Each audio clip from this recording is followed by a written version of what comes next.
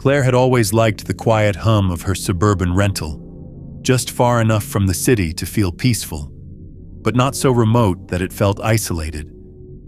She worked late shifts at a nearby campus cafe, and the evenings were her time to decompress.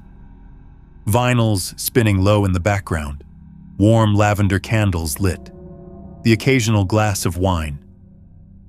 After months of scraping by, she finally decided to rent out her spare bedroom. The guy who answered her ad, Jason, seemed almost too perfect. Mid-30s, polite, soft-spoken, said he was a freelance writer just looking for a quiet place to focus. When he moved in, he brought only a few boxes, a laptop, and the faint scent of cedar cologne. He kept to himself, always holed up in his room typing. For a while, it felt like she barely had a roommate at all, but something about the way he watched her lingered just a little too long, and the hallway always seemed colder when he passed through it. Claire brushed it off. Everyone's a little awkward at first. Still, she found herself double-checking the locks a little more often than usual. At first, it was just little things Claire noticed. Nothing that screamed danger, just enough to make her pause. One evening, she came home to find the back door unlocked. She remembered locking it that morning before leaving for work. She stood there for a second, staring at the knob, thinking maybe she was just tired. But it kept happening. Windows she hadn't opened would be cracked just enough to let the cold in. Once, her bathroom mirror was fogged up, like someone had taken a hot shower, but she hadn't used it all day. Jason always had an explanation. "I needed some air," he'd say, or, "Sorry, I thought you'd be home later." His tone was always calm, always casual. He smiled in this slow, almost too soft way, like every word was measured. It wasn't threatening, at least not directly, but something about him felt off. He never really talked about his writing, just said he was working on a personal project. She caught glimpses of open Word documents on his screen, pages and pages of text with her name scattered throughout. The air in the house started to change, like it had weight. Claire would wake in the middle of the night and feel it, this thick stillness like the walls were listening. The hallway outside her room creaked at odd hours. Not loud, but consistent, slow footsteps on the old wooden floors. Once, she thought she saw a shadow move just beyond her bedroom door, but when she opened it, the hallway was empty. Jason's door was closed. No light, no sound. One night, she heard a faint scratching sound, steady, rhythmic, almost like writing. It was coming from the living room. She crept out and found Jason sitting in the dark, lit only by the dim glow of his laptop screen. His eyes didn't leave the screen. She asked if everything was okay. He didn't answer for a beat too long, then just said, "Yeah, just writing." His voice sounded flatter than usual, like it wasn't really him. A week later, Claire's cat refused to go near Jason's room. It arched its back and hissed every time it passed by the door, fur standing on end. One morning, she found it hiding in the kitchen cabinet, trembling. Then came the sound of her name being spoken, soft, almost like a whisper, from the hallway outside her bedroom. She thought maybe she'd imagined it, but when she mentioned it to Jason, his reaction was too calm. He just smiled and said, "You've got a vivid imagination." The final straw came when she found one of her bras folded neatly on her pillow. She hadn't worn it in weeks. Her drawer had been closed, everything untouched. But there it was, laid out with unsettling care, like someone wanted her to know they'd been in her space. Her breath caught in her throat. She didn't sleep that night. Every creak, every gust of wind outside the window sounded like footsteps, like someone was watching, waiting. The house no longer felt like hers. It didn't feel safe. It felt like it belonged to him now. It happened just after 3 a.m. Claire shot awake, unsure why, her heart already thudding like she'd been running. The room was pitch dark, save for the dim green glow of the router lights in the hallway spilling under her door. There was a sound, soft, slow. The unmistakable creak of her bedroom door moving. She hadn't heard the knob turn. It just eased open. She froze, breath caught in her chest, ears straining. Footsteps, bare, deliberate padding across her hardwood floor. Not rushed, not cautious, like whoever it was didn't care if she heard them. Claire's hands gripped the edge of the blanket, too afraid to move, too scared to breathe. A shape moved between the window and her bed, tall and still. Her eyes adjusted just enough to make out the silhouette. Jason, standing there quietly, like he'd been there for a while, watching her. He didn't say a word. Claire's voice caught in her throat, but something primal kicked in. She lunged for the lamp on her nightstand. The bulb flared to life, and she saw him fully. His face wasn't surprised. It was calm, focused. In his hand was a small black notebook, worn and creased at the edges. Her name was written on the front in block letters. Just her name. He stepped back into the shadows, but not out of the room. She screamed, full-throated from her gut. He didn't flinch. Instead, he smiled. A tight, thin-lipped grin, like he'd been waiting for this. Then he said, so softly she almost missed it, I just needed a better ending. She grabbed her phone, still screaming, and threw it at him. It hit his shoulder, and he dropped the notebook. She bolted past him, down the hallway, slamming open the front door barefoot into the cold, wet night. The pavement sliced her feet as she ran, adrenaline blurring the pain. She didn't stop until she reached the neighbor's porch, pounding on it like her life depended on it. When the cops arrived, Jason was gone. The house was empty, quiet again, but the notebook was still on her bed. Inside were pages of handwritten entries, each dated, each obsessively tracking her movements, moods, habits, what time she left for work, how long she showered, what she wore, when she seemed most vulnerable.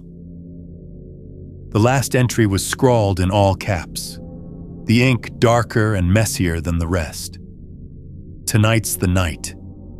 She won't see it coming. Claire never went back to that house. Her name was still on the lease, her things still in the bedroom, but something in her gut told her it wasn't hers anymore. She stayed with a friend for a while, trying to get back to normal, but nothing felt normal. Every creak in the floor made her stomach knot. She kept the blinds drawn tight, taped over her laptop camera, unplugged anything that connected to Wi-Fi. The shadows didn't just feel darker, they felt aware. The cops couldn't find Jason. No known address, no real ID. The references he gave on his application were fake, numbers that rang endlessly or went to disconnected lines. The notebook was the only real trace he left behind, and even that felt like a taunt. Every page was a quiet invasion, a window into how long he'd been inside her life without her noticing. There were notes from before he even moved in, details only someone who had been watching her for weeks could know. One night, weeks later, her friend's apartment buzzed. No delivery, no visitors expected. When they checked the lobby camera, there was no one at the door, just a cardboard box sitting in front of the elevator. Inside was a copy of her house key, a USB stick, and the worn black notebook.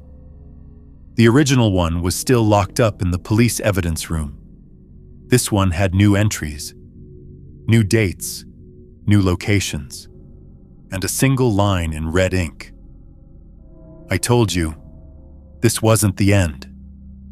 Claire never figured out how he got the second notebook, or how he knew where she'd gone.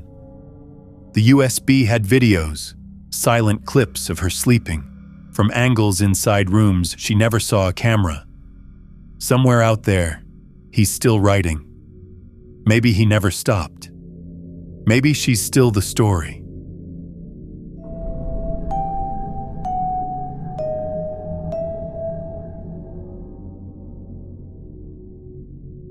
Marcus was the kind of guy who liked things clean. His apartment always smelled faintly of citrus cleaner and fresh coffee. His desk perfectly organized. Digital life just as neat. When he met Eliza through a friend of a friend situation, she was electric, quick wit, sharp eyes, the kind of presence that pulled you in without trying. They started slow, drinks after work, late-night calls that bled into morning. Within 6 months, she was living in his condo. They shared everything: playlists, passwords, inside jokes. He gave her access to his smart home app so she could adjust the lights or unlock the door. It felt intimate, trusting. She joked that they were synced like an OS update. But sometimes, when he came home, the lights would already be dimmed. His playlists shuffled into strange, eerie lo-fi tracks he didn't remember saving. The air felt heavier. Not hostile, just watched. At first, Marcus didn't notice the changes. His thermostat would be off by a few degrees when he got home. Too cold, like someone had been trying to flush something out of the air. His Google search history was filled with things he hadn't looked up. How to factory reset smart devices, how to bypass two-factor authentication, how to track someone's phone. He thought maybe it was a glitch, or maybe Eliza had used his phone while he was sleeping. When he asked her, she just laughed and said she barely knew how to use half that stuff. Then his smart speaker started acting weird. Random whispers in the middle of the night, sometimes playing recordings, actual recordings, of things he'd said in private. Not loud, just barely audible. Once it played a clipped argument he had with his boss from 2 weeks earlier, word for word. His stomach turned hearing it. He never remembered saying it near the speaker. He started checking his devices obsessively. His laptop showed logins from places he'd never been, somewhere upstate, miles away. His password had been changed twice. His cloud backups were missing chunks of photos, old notes, even tax documents. He called the company. They said the password had been reset from a verified device, one registered to him, or rather, to his condo. Marcus confronted Eliza again, gently at first. She shrugged, said maybe he was hacked. He believed her, at least he wanted to. But the way she looked at him during that conversation made his skin crawl. Not angry, just entertained. It got worse. One day his phone vibrated with a notification from his smart lock. Front door opened. He was still at work. He pulled up the security cam feed, but the file was already deleted. When he got home, nothing was missing, except the photo of his sister from his nightstand. It had been taken out of its frame, left face down on the kitchen counter. Eliza kept getting more possessive, more invasive. She'd finish his sentences, quote things he'd said when she wasn't even in the room. She'd casually mention work stuff that he'd never told her.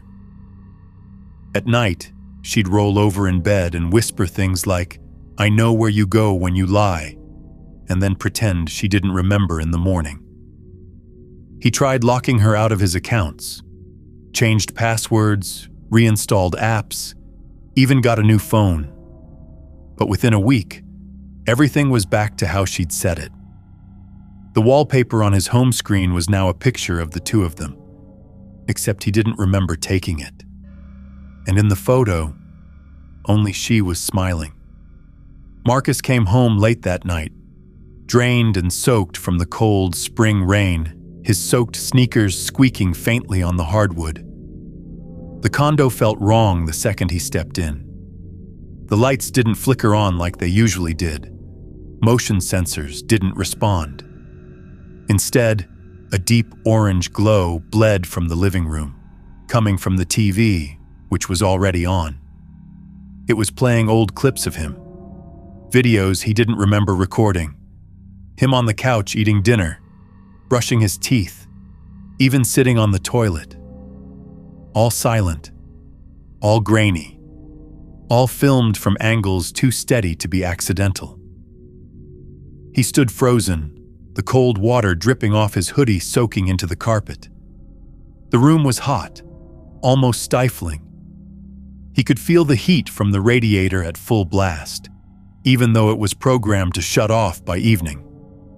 Sweat clung to his back, despite the chill still wrapped around his soaked clothes. He stepped forward, slowly, and that's when he noticed the smell. Plastic. Melted plastic, mixed with something faintly chemical, like singed insulation or burnt glue. On the table sat his laptop. Its screen was cracked, but still glowing. There was one open file, his name in the title. Inside was a document, a running log of every message he'd ever sent. Emails, texts, drafts, even deleted ones. Every private word he thought had disappeared was here. Compiled, categorized, annotated with timestamps and commentary. At the very bottom, this is the original version. Everything else has been overwritten. He heard the front door click behind him. Not slam, just click, softly. Locked from the inside. He turned. Eliza was standing there, hair wet, eyes wide but calm. No shoes. Her bare feet were filthy, as if she'd been walking through something. She held his new phone in one hand, the screen cracked, the case removed. In her other hand, she held the SIM card, pressed between her fingers like a pill she was about to swallow. She tilted her head and said, "You really thought this belonged to you?" Before he could speak, every light in the apartment cut out. His laptop died mid-sentence. The TV screen turned to static for a split second, then flickered to a black and white still image. Him, asleep, viewed from above. The last thing he remembered before everything went black was the sound of his own voice coming from the speaker behind him, whispering, "I gave you everything." But he never recorded that. Marcus woke up alone, sprawled on his own living room floor, head pounding like a siren trapped behind his eyes. The apartment was spotless, too spotless. The videos were gone, the laptop wiped, the scorched smell replaced with lemon-scented cleaner. Eliza was gone. No note, no trace. Just the faint indentation on her side of the bed, still warm when he touched it.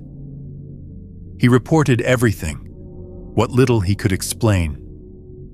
The police said there was no sign of forced entry, no Eliza in their system, no fingerprints but his own.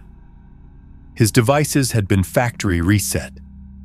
The only thing left was a single message buried in the smart speaker's hidden storage. A recording of his voice whispering, "I trust you." The metadata said it had been saved 2 years before they met. Marcus moved. New apartment, new job, new number. But things followed. His new phone's wallpaper changed by itself sometimes, showing that same photo of him and Eliza, only her face looked more blurred each time, like it was still being edited. Emails he'd never written sent themselves in his name. He locked every door, kept his devices offline, but the lights still flickered when he got home, always dimming just before he entered the room. One night, he found a new playlist on his streaming account. Just one track. It was titled Final Backup. When he played it, the voice that spoke wasn't his, and it wasn't hers, but it knew everything. Every word, every mistake, every lie he never said out loud. Somewhere, that voice still speaks in his name, sending messages, filling in passwords he's never typed. His devices feel borrowed now, like something else is using them when he sleeps. He doesn't remember letting her in, but maybe she never needed permission.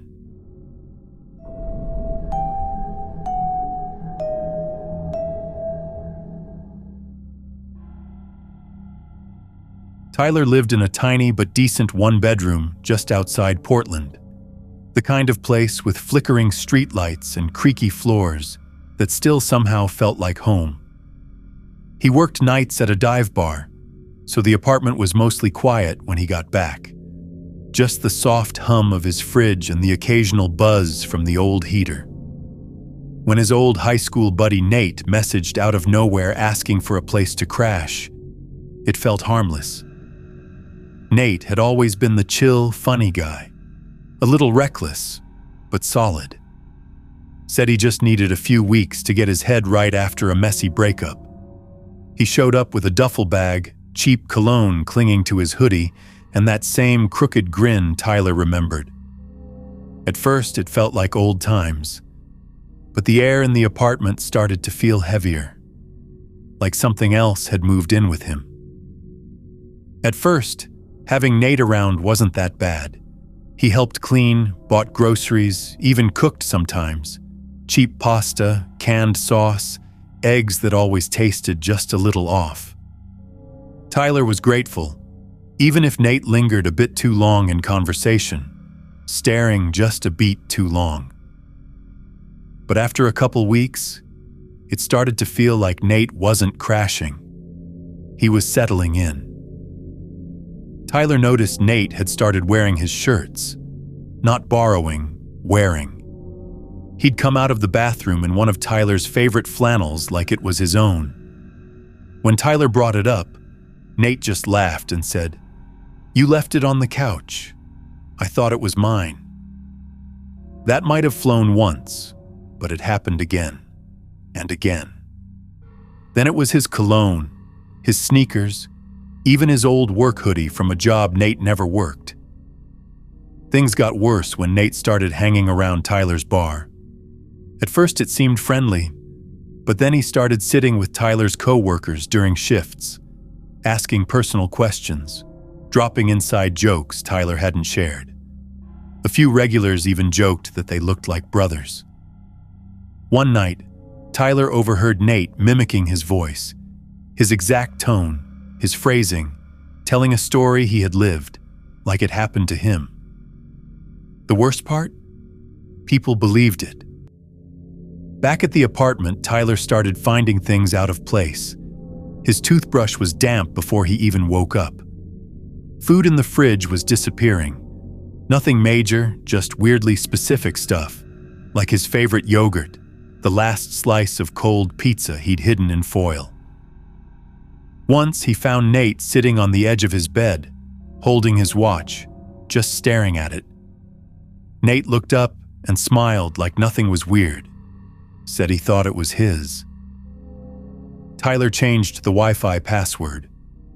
2 days later, the network name had been altered to Nate's place. His spare key vanished from the drawer. When he asked Nate, he shrugged and said he hadn't seen it. That same night, Tyler's girlfriend texted him that she needed space, said she felt weird after things Nate had told her. Personal things. Stuff Tyler had never shared with anyone but her. Nate just kept blending in. Subtle things. Same beer, same playlists, same deodorant. It was like he wasn't just staying over. He was syncing up. Tyler started waking up with the unsettling feeling that he was being watched. Not just at night. Even in the middle of a conversation, he'd turn his head and find Nate already looking at him. Not annoyed, just studying. Tyler got home from work a little after 2 a.m., his feet sore, head buzzing from hours of noise and cheap liquor fumes. The apartment was dead quiet. Lights off, curtains drawn tight. Even the air felt stale, like it hadn't moved in hours. He flipped on the hallway light and called for Nate. No answer. But the door to his bedroom, Tyler's bedroom, was cracked open. Inside, the lamp was on, casting a soft orange glow over the walls. Nate was standing in front of the mirror. He was wearing Tyler's clothes. Not just a shirt or hoodie, everything. Jeans, socks, even his old silver chain. His hair was combed like Tyler's. He'd shaved his scruffy beard into the same tight line Tyler kept. From behind, it looked like Tyler staring at his own reflection. For a moment, Nate didn't move. He just stood there, gazing at himself with this slow, almost reverent nod. Then, as if he'd known Tyler was watching all along, he turned his head, eyes wide, pupils too big, smile tight and unsettling. "I get it now," he said. His voice was calm, too calm. "It's better this way." Tyler's stomach dropped. He stepped into the room and saw the rest. His phone on the dresser, unlocked. His work ID clipped to Nate's shirt. The drawer that held his birth certificate emptied. His wallet open, license missing. Nate had copied every inch of him. That's when Tyler noticed the knife on the bed. Not bloody, not used. Just placed there, centered on a folded towel like it was waiting for something. Or someone. Nate took a step closer, still smiling. "I cleaned up," he whispered. "You didn't need all that mess. You were tired, so I helped." Tyler backed out slowly, heart racing, vision tunneling. Every instinct in his body screamed, but Nate didn't follow. He just stood there, expression softening, like he pitied Tyler. "You don't have to fight it anymore," he said. "It's done." Tyler ran. He didn't grab his keys, didn't lock the door, just ran into the street barefoot, sprinting down the block until his legs gave out. When the cops arrived, the apartment was empty. No Nate, no knife, no stolen documents. But someone had reset the lease online. New tenant, new name. Tyler's. Only, the photo on the ID didn't look like him. Not anymore. Tyler moved in with his cousin across town, kept his head down, tried to pretend it was over. But things didn't settle. His emails started bouncing back with account not found messages. His job said he never submitted his last timesheet. The bank flagged his debit card for suspicious activity, multiple logins from within his old apartment. But when he called, they confirmed the name on the account was still his. Only the face attached to the ID had changed. He filed reports. The police shrugged. Nothing concrete to press charges. No signs of forced entry. No proof of identity theft. On paper, Tyler still lived there. Still worked at the bar. Still paid rent. He stopped sleeping. Every night, he swore he heard someone walking just outside the bedroom door. Not pacing. Just standing still. Weight shifting on the creaky floorboards. Watching. One morning, his cousin found him in the hallway, curled up by the door, eyes wide open, whispering, "He's wearing my face." Weeks later, a friend from the bar called. Said he saw Tyler walking downtown, same jacket, same walk. But when he called out to him, the guy just kept walking, didn't even flinch. Just turned the corner and vanished. Tyler doesn't answer the door anymore. The mail that comes in his name has new handwriting, like someone's been practicing his signature. He swears the man in the mirror blinks just a little too late. And sometimes at night, the reflection smiles before he does. Somewhere out there, Someone with Tyler's name, face, and voice is living his life better than he ever could. His phone still rings with unknown numbers, and sometimes the voicemails sound like him, only slower, like someone still practicing how to sound just right.